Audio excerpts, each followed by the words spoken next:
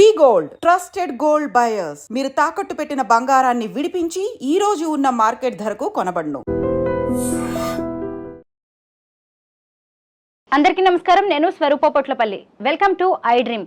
పసి హృదయానికి కష్టం వచ్చింది. చిన్న పిల్లలు గుండె నొప్పితో చనిపోతున్న సంఘటనలు ఇటీవలి కాలంలో పెరిగిపోతున్నాయి. అసలు పసి వయసులోనే హార్ట్ అటాక్స్ ఎందుకు వస్తున్నాయి? గుండె నొప్పి రావడానికి ముందు వచ్చే సిమ్టమ్స్ ఏంటి? వీటన్నిటి మీద మనకి మంచి అనాలిసిస్ ఇన్ఫర్మేషన్ అందించడానికి పీడియాట్రిషియన్ బృందారెడ్డి నాతో పాటు ఉన్నారు. ఆవిడతో మాట్లాడదాం. డాక్టర్ గారు నమస్తేనండి. నమస్తే అండి. ఈ మధ్య మహబూబాబాద్లో 16 ఏళ్ల అమ్మాయి ఫేర్వెల్ పార్టీలో డాన్స్ చేస్తూ కుప్పకూలిపోయింది.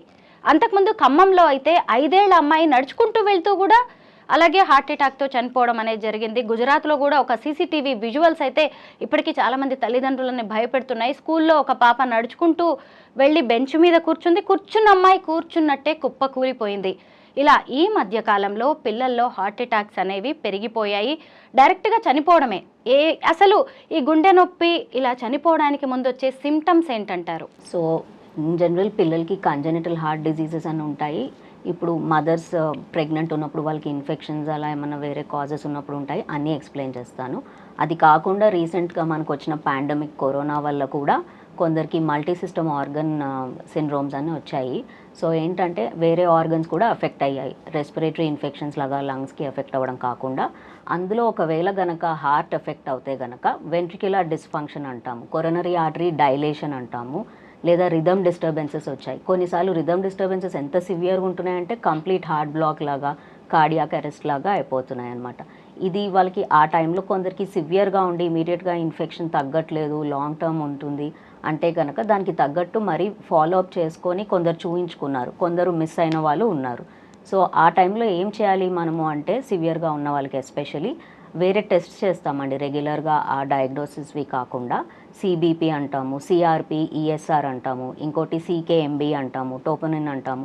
ఇలా మళ్ళీ ఇది కాకుండా ఈసీజీ, 2D ఈకో ఇలాంటి టెస్ట్లన్నీ చేశారు. ఇది కాకుండా ఫైబ్రినోజన్ లెవెల్స్, డి డైమర్ అంటాం. ఇది చాలా ఇంపార్టెంట్ అండి, ఎస్పెషలీ సివియర్గా ఉన్న వాళ్ళకి లేదా ముందు నుంచే ప్రీ ఎగ్జిస్టింగ్ హార్ట్ కండిషన్స్ లేదా కార్డియాక్ కాంప్లికేషన్స్ ఉన్న వాళ్ళకి. డి డైమర్ ఏంటంటే అది మోర్ దాన్ 3 mg/ml ఉందనుకోండి, దానికి తగ్గట్టుగా మళ్ళీ టెస్ట్ చేపించేసి దానికి తగ్గట్టుగా యాంటీప్లేట్లెట్, యాంటీకోయాగులెంట్స్ పెడతాము. ఎందుకంటే వీళ్ళకి బ్లడ్ క్లాట్స్ అయ్యే ఛాన్సెస్ ఎక్కువ ఉంటాయి. And blood clots different body పార్ట్స్లో, బ్లడ్ వెజల్స్లో వేరే దగ్గర ఉన్నప్పుడు డిస్లాడ్జ్ అయ్యే ఛాన్సెస్ ఉంటాయి. Especially exercises, long term travelling అప్పుడు కూర్చొని సడన్గా లేచి నడిచినప్పుడు లేదా విగరస్గా ఎక్సర్సైజెస్ మనం చాలా వింటున్నాము డాన్స్ పార్టీస్లో లేదా ఫంక్షన్స్లో, సంగీత్లలో సడన్గా కొలాప్స్ అవుతున్నారు. వీళ్ళకి ఏం ఛాన్స్ ఉండొచ్చు అంటే సడన్గా రిథమ్ డిస్టర్బెన్సెస్ అయి ఉండొచ్చు, వెంట్రిక్యులర్ ఫిబ్రిలేషన్ డిస్ఫంక్షన్ అయి ఉండొచ్చు, లేదా బ్లడ్ క్లాట్ సపోజ్ వేరే బాడీ పార్ట్లో కాళ్ళ దగ్గర ఎక్కడైనా ఉందనుకోండి, అది డిస్లాడ్జ్ అయ్యి లంగ్లో లేదా హార్ట్లో వెళ్ళి ఉండొచ్చు. ఇలా అయినప్పుడు సడన్గా ఇమీడియట్గా కొలాప్స్ అవుతారు. ఇప్పుడు నేను చెప్పిన 3 ఇన్సిడెంట్స్లో కూడా గర్ల్సే ఎక్కువగా ఉన్నారు. మనం సహజంగా 50 ఏళ్ళు పైబడిన వాళ్ళకు ఆఫ్టర్ 40 years ఇలాంటి హార్ట్ ప్రాబ్లమ్స్ వస్తూ ఉంటాయి. అది కూడా మగవాళ్ళలో ఎక్కువ చూస్తాం, కానీ ఆడపిల్లల్లో ఎక్కువగా వస్తున్నాయి. పైగా ఇంత చిన్న ఏజ్లో హార్ట్ అటాక్స్ రావడానికి కారణాలు ఏంటంటారు? సో పీడియాట్రిక్ పరంగా ఇట్లా చూసుకుంటే by birth congenital heart diseases అని అంటాం. ఇది ఇండియాలో and worldwide approximately 6 to 8 per live births. ఈ పాస్ట్ 2-3 decadesలో చాలా ఇంక్రీజ్ అయింది. Top 5 causes of deaths in చిల్డ్రన్లో ఇది అయిపోయింది. One of the top 5 causes అయిపోయింది లాస్ట్ 2-3 decades నుంచి. సో దీనికి కాజెస్ ఏముంటాయి అంటే మేనరికం పెళ్ళిళ్ళు ఇవి మధ్య తగ్గిపోయాయి, లేట్ మ్యారేజెస్, లేట్ ప్రెగ్నెన్సీస్, జెనెటిక్గా బేబీస్కి అబ్నార్మల్ ఉండే ఛాన్సెస్ ఉంటాయన్నమాట. అండ్ ఈ కంజెనిటల్ డిఫెక్ట్స్ ఎలాంటివి ఉంటాయంటే ట్రైజోమీ అంటాము 21, down syndrome, Turner syndrome, water association, charge association చాలా ఉంటాయి. వీటికి హార్ట్ ప్రాబ్లం కాకుండా వేరే ఆర్గన్స్ కూడా అఫెక్ట్ అవుతాయి. లైక్ షార్ట్ స్టేచర్ ఉంటారు, క్లెఫ్ట్ లిప్, క్లెఫ్ట్ ప్యాలెట్ అంటాం, అవి ఉంటాయి. లేదా షార్ట్ నెక్ ఉంటుంది, లిమ్స్ అబ్నార్మల్ ఉంటాయి, అలా చాలా ఉంటాయి అన్నమాట. సో ఎట్ బర్తే నియోనెటాలజిస్ట్ లేదా పీడియాట్రిషియన్ యూజువలీ అబ్జర్వ్ చేస్తారు, because that is a routine protocol. బేబీస్ని అందరినీ ఎగ్జామిన్ చేయాలి థరోలీ.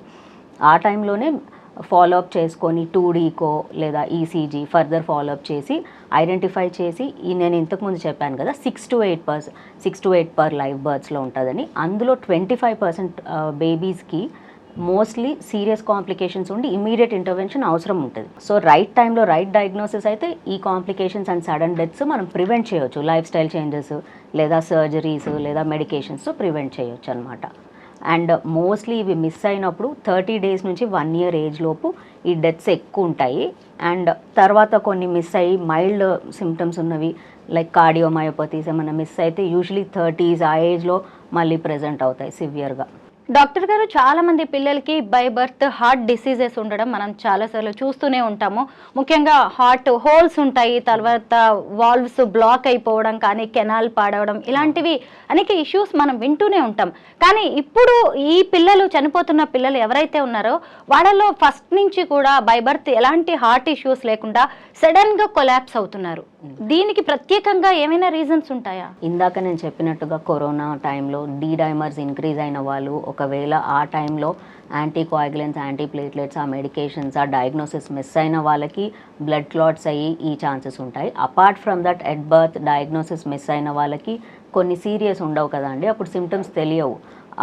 అంత ఎగ్జాజరేషన్ ఉన్నప్పుడు, అంత విగరస్ యాక్టివిటీస్ లేదా స్ట్రెస్ ఎక్కువైనప్పుడు, కొన్ని ప్రెగ్నెన్సీస్లో మదర్స్కి ఇంతకుముందు చెప్పినట్టుగా మదర్ ప్రెగ్నెంట్ ఉన్నప్పుడు ఒకవేళ జెస్టేషనల్ డయాబెటీస్ అంటాం, ఆ టైంలో షుగర్ ఉంటే బేబీస్కి హార్ట్ ప్రాబ్లమ్స్ వచ్చే ఛాన్సెస్ పెరుగుతాయి. అందరికీ ఉండవు కానీ ఛాన్సెస్ పెరుగుతాయి.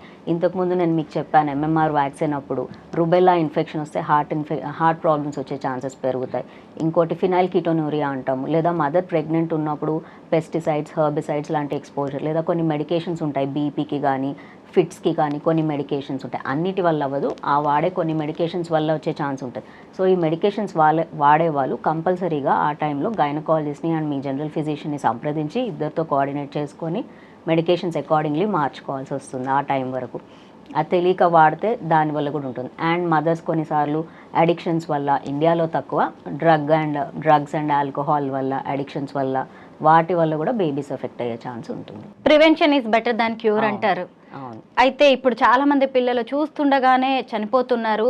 అయితే కొన్నిసార్లు పిల్లలు మనకి ముందే చెప్తూ ఉంటారు, కొంచెం ఇక్కడ నొప్పిగా ఉందనో, లేదంటే త్వరగా అలసిపోవడం, ఇలాంటివి చెప్తూ ఉంటారు. అయితే వచ్చే చావుని ఎవరు ఆపలేరు. కానీ ఇక నుంచైనా తల్లిదండ్రులు ఎలాంటి జాగ్రత్తలు తీసుకోవాలి? పిల్లలు చెప్పిన వాటిని మనం కొన్ని సీరియస్గా తీసుకోము, లైట్ తీసుకుంటాం. ఎలాంటి సిమ్టమ్స్ విషయంలో మనం జాగ్రత్తగా ఉండాలి? ఇది సైనోటిక్, ఏసైనోటిక్ హార్ట్ డిజీజ్ అని అంటామండి. సైనోటిక్ దాంట్లో ఏంటంటే వాళ్ళు బ్లూగా అయిపోతారు, ఆక్సిజన్ తగ్గిపోతుంది, లిప్స్, ఫేస్ బ్లూ కలర్ అయిపోతుంది అనమాట. అది కాకుండా వాళ్ళు బ్రెత్లెస్ ఫీల్ అవుతారు, దమ్ము వచ్చినట్టు అవుతుంది. ఎందుకంటే కంజెషన్ అదంతా అవుతుంది, లంగ్స్లో ఫ్లూయిడ్స్ ఫిల్ అయిపోతాయి. దానివల్ల కూడా కంజెస్టివ్ హార్ట్ ఫెయిలియర్లో అట్లా చూడొచ్చు మనము. ఈ సిమ్టమ్స్ అన్నీ చెప్పినప్పుడు టిపికల్గా కూర్చుంటారు, నీస్ మీద కూర్చుంటారు, వాళ్ళకి అది రిలీవింగ్ ఉంటుంది అనమాట. కొన్ని కండిషన్స్లో టెట్రాలజీ ఆఫ్ ప్యాలెట్ లేదా కొన్ని కండిషన్స్లో వాళ్ళు బిహేవియర్ మనకు తెలిసిపోతుంది. సడన్గా వెయిట్ గెయిన్ అవుతారు, పఫినెస్లా ఉంటుంది అనమాట లెగ్స్లో, ఫేస్లో. అవన్నీ మనకి సిమ్టమ్సే. మెయిన్గా కొన్ని మెట్లెక్కగానే దమ్ వచ్చేస్తుంటుంది, హార్ట్ ఫెయిలియర్ వచ్చినప్పుడు ఆ సిమ్టమ్స్ ఉంటాయి అన్నమాట. ఇజెక్షన్ ఫ్రాక్షన్ తక్కువ ఉందనుకోండి, అప్పుడు కూడా కొంచెం విగరస్ యాక్టివిటీస్ లేదా ఎగ్జాజరేషన్ ఉన్నా వస్తుంది. అలా థైమిన్ డెఫిషియన్సీస్లో కార్డియోమయోపతీస్ వచ్చే ఛాన్సెస్ ఉంటాయి. సో ఇలా చాలా కాజెస్ ఉంటాయండి. కొన్ని జబ్బులకి ఖచ్చితంగా హెరిడిటీ అనేది ఉంటుంది.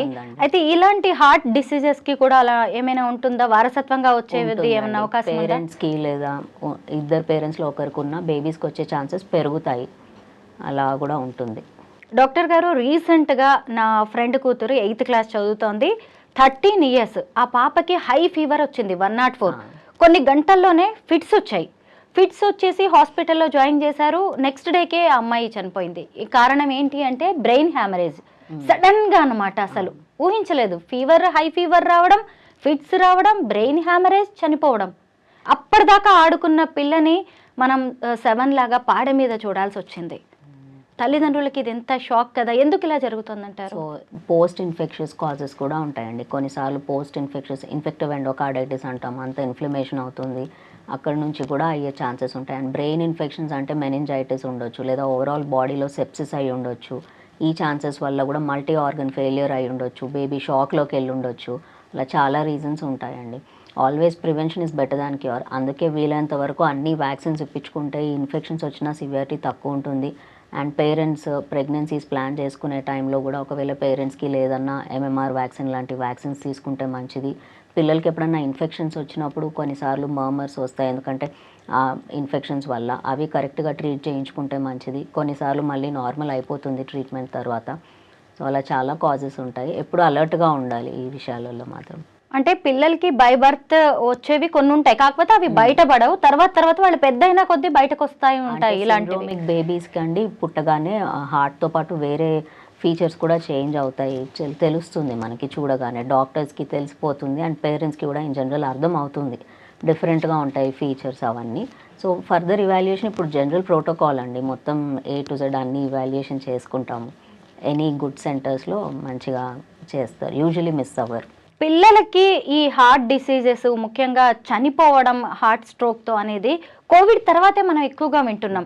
నిజం చెప్పాలంటే కోవిడ్ టైంలో ఎఫెక్ట్ అయిన పిల్లలు చాలా తక్కువ మందే, అసలు పిల్లలకి అప్పుడు వ్యాక్సిన్ అవసరం కూడా పడలేదు. మరి ఎందుకు సడన్గా ఇప్పుడు హార్ట్ అటాక్స్ అనేవి పిల్లల మీద ఇంత ఇంపాక్ట్ చూపిస్తున్నాయి? సో ఇందాక నేను మీతో మెన్షన్ చేసింది మల్టీ సిస్టమ్ ఇన్ఫ్లమేటరీ సిండ్రోమ్ అని, మల్టిపుల్ ఆర్గన్స్ అఫెక్ట్ అవుతున్నాయి, అందులో హార్ట్ ఒకటి అనమాట.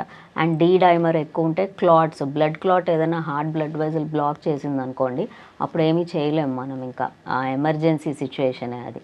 కాబట్టి ఇవన్నీ ముందే ప్రాపర్ ఇవాల్యుయేషన్ చేయాలి అండ్ థరో ఫాలోఅప్ కూడా మీరు పేషెంట్స్ కోఆపరేట్ చేయాలి, డాక్టర్ కూడా అలర్ట్గా ఉండి ఇవన్నీ చూసుకోవాలి. ఈసీజీ 2D అనేది వాళ్ళు మళ్ళీ నార్మల్ అయ్యే వరకు ఫాలోఅప్స్ చేసుకోవాల్సి వస్తుంది పేషెంట్ కండిషన్ బట్టి. అయితే పిల్లల హెల్త్ కండిషన్ ఎలా ఉందో తెలుసుకోవడానికి మనం ఎప్పుడెప్పుడు వాళ్ళకి ఏ టెస్ట్ చేయిస్తే మంచిదంటారు? ఇన్ జనరల్ ఇప్పుడు ఉన్న లేటెస్ట్ ప్రోటోకాల్స్ ప్రకారం at birth and during pregnancy thorough checkups అవుతున్నాయి, అన్ని ఆల్ ద అప్రోప్రియేట్ టెస్ట్స్ అన్నీ అవుతున్నాయి. అవి అయ్యి నార్మల్ ఉంటే పిల్లలు ఏ సిమ్టమ్స్ చెప్పకపోతే మీరు కంగారు పడి ఎక్కువ టెస్టులు చేయించాల్సిన అవసరం లేదు. నార్మల్ లేదు, ఆ టెస్ట్స్ అబ్నార్మల్ ఉంటే ఆ పర్టిక్యులర్ స్పెషలిస్ట్ దగ్గర మీరు ఫాలోఅప్ చేసుకొని దాన్ని బట్టి చూసుకోవాలి. లేదు మధ్యలో ఏదన్నా సిమ్టమ్స్ అబ్నార్మల్గా ఉన్నాయి, ఇందాక చెప్పినట్టు కొన్ని మెట్లెక్కగానే దమ్ము రావడం, అది ఆస్తమా అయిండొచ్చు, హార్ట్ ఫెయిల్యూర్ అయిండొచ్చు, అవన్నీ ఇవాల్యుయేషన్ చేసుకోవాలి.